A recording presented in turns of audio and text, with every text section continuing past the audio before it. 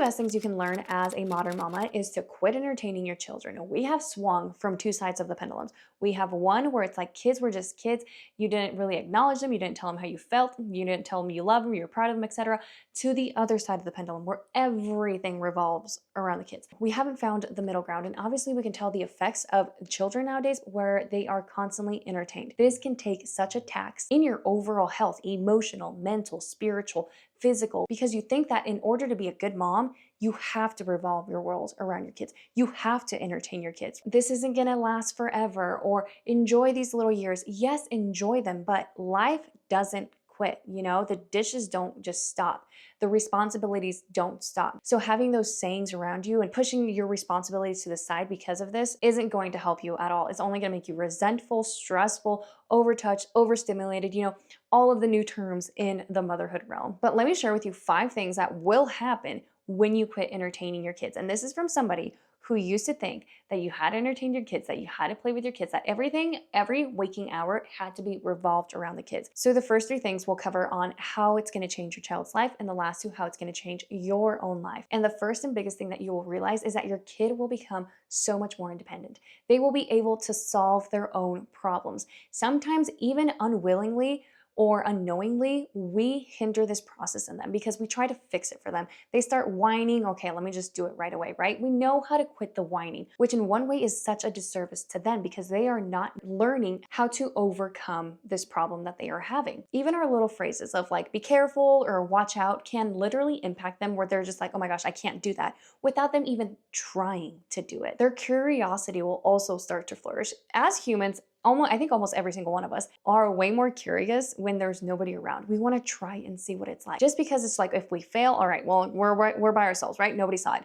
But when we're with others or with somebody who has a bigger influence in us, we just don't want to try it. This curiosity builds such great confidence in them and the confidence that they need to solve problems into adulthood. Also, the resiliency and the creativity is going to open up when they are left by themselves. The third thing that you will see under their independence is self-regulation. First is modeled by us, right? We have to be self-regulated if we want our child to be self-regulated. But when we are not there, they also need to learn how to regulate their own emotions. They won't always have the perfect corner with all their stuffies and their beanbags, etc., or mommy to cling to. No, they have to learn that, okay, this sucks.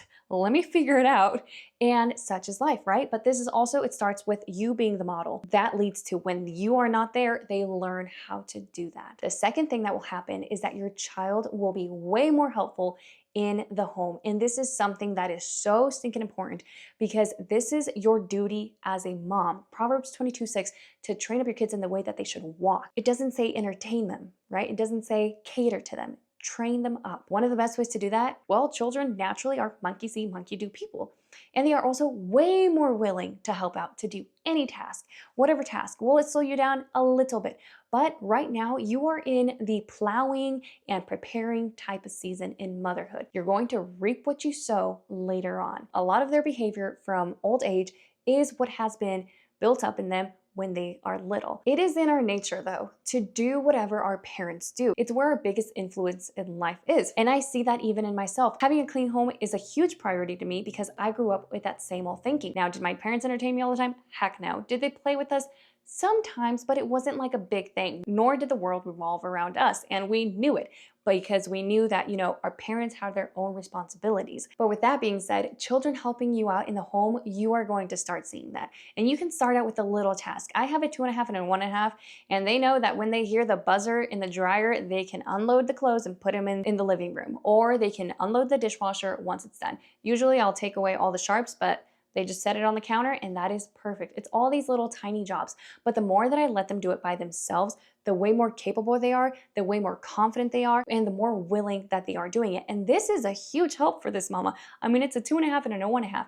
And of course, it's not like they're deep cleaning the bathrooms or whatever, but it's always the little things for me that add up to a lot of big things. And I know you can be reaping the same thing if you quit entertaining your kids and revolving your world around them. The third thing is that their attention span increases tremendously.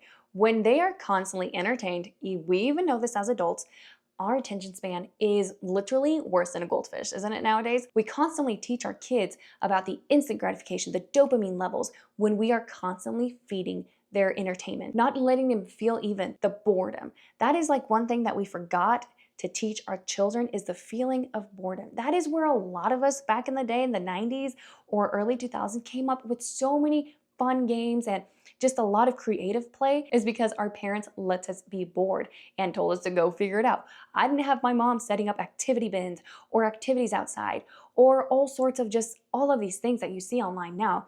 I didn't, but what I did have was a lot of fun playing some dumb game that we came up with. When I just let them play and experience boredom, they play so much longer with their toys than with anything else. When I'm trying to entertain them, they want one thing to the next, and it feels like it's never enough. But they will start exploring and building and imagining. You'll start hearing them with their little imaginative play. And I hear my little girls right now, oh sis, like, do you want a coffee? Or they go outside and pick a little bit of my dead flowers that I have, and they start making their soups, etc.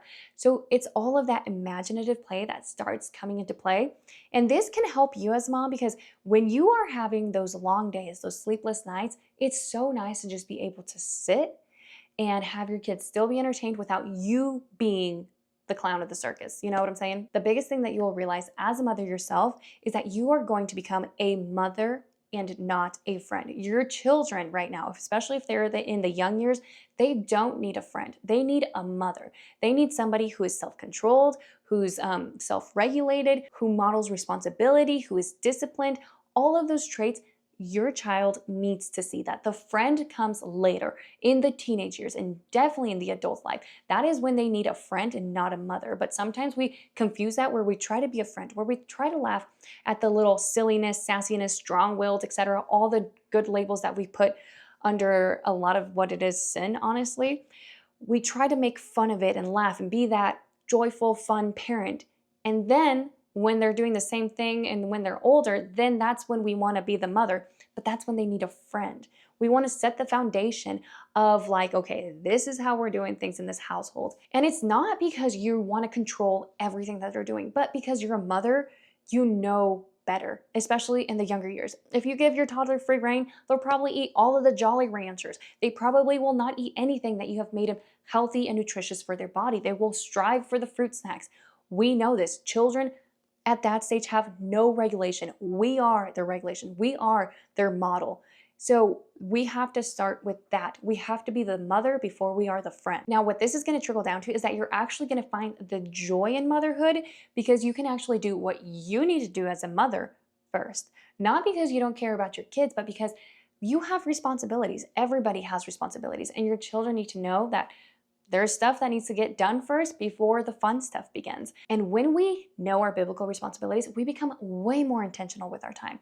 And you will see it open up a window of time where you can spend with your children and actually enjoy the time with your kids, because you're enjoying it with them, not you just being the entertainer to them. Now, the last thing that's going to happen is you are going to reclaim your home and your peace. You'll start to figure out that your home is way more manageable when you actually get the things done that you need to get done. I remember when I went through the struggle bus of like, we'd get done with breakfast, I'd leave the sink how it is, I'd leave the stuff out that we had for breakfast, and then we'd go down and have fun and just entertain the kids, etc.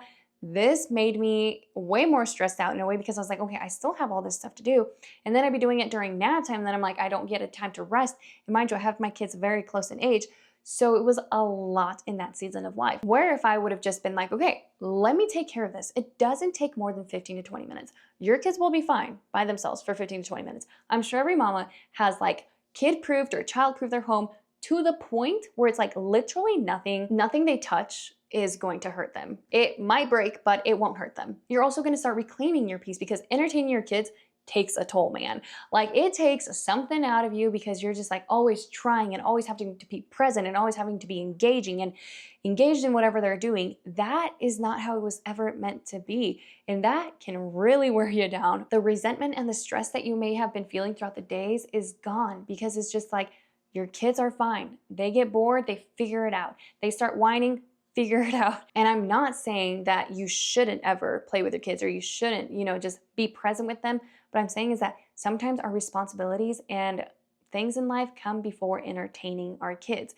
When we start, as we have seen, revolving the world and entertaining our kids, we create very self-entitled, very disobedient and rude and annoying kids that really nobody wants to be around, because essentially they are parenting their own parents and not the other way around. And I feel like we can definitely see this more so, especially with on social media, where teachers are quitting their jobs because of the kids, where a lot of people who are doing just these extracurricular activities for kids like dance or gymnastics or all that fun stuff, they're quitting because of these kids, because they think that the world revolves around them, and it doesn't. And that type of behavior falls back on parents. Now, sometimes, of course, there's behaviors from children that you're like, I promise you I did not teach them. Like, I have no idea why they're doing that. But that is where it comes back to you still of like, okay, you need to train that out of them, or you need to help them grow in whatever they need to. Kindness, goodness, gentleness, self-control, all of the fruits of the Spirit. A few scriptures that have helped me just to do a 360 in my parenting has been Proverbs 22:6, which is my anchor scripture, which says, train up your kids in the way that they should walk. Titus chapter 2, verses 3-4, that is what we are called to do, to love our husbands and our children. Deuteronomy chapter 6, I think it starts at 4. It might go through 8, but all I wrote down is chapter 6-7, is to teach them diligently to your children. So teaching about God's love and God's word, God's commands, etc. That is our responsibility as a parent. Titus chapter 2, verse 5, this is for women, is to be self-controlled, pure, working at home, kind and submissive to your husband. Proverbs chapter 3, verse 27. There's so many scriptures, many, many more scriptures, but those are a few to help you anchor down where it's just like, all right, I need to be a mom. This is what God calls me to do, not what the world calls you to do. Because when you start following the world in the way that you should parent, everything is so flaky. You got the gentle parenting to the authoritative parenting to the permissive parenting, like all sorts of theories. But the Bible never changes, and it's the only book that actually has solid wisdom that when you apply it to your life, it is transformative. Those are 5 things that you are going to start experiencing when you quit entertaining your kid. And if you're looking for more biblical habits to apply into your life that will make a dramatic change, here's one video about 7 habits of a godly mother, and then also 5 habits from the Proverbs 31 woman that I've applied into my own life, and it's been amazing and transformative, and it's just so life-giving. So if you want to hear more about Christian parenting, motherhood, homemaking, etc., don't forget to like and subscribe, and I will catch you guys on the next one.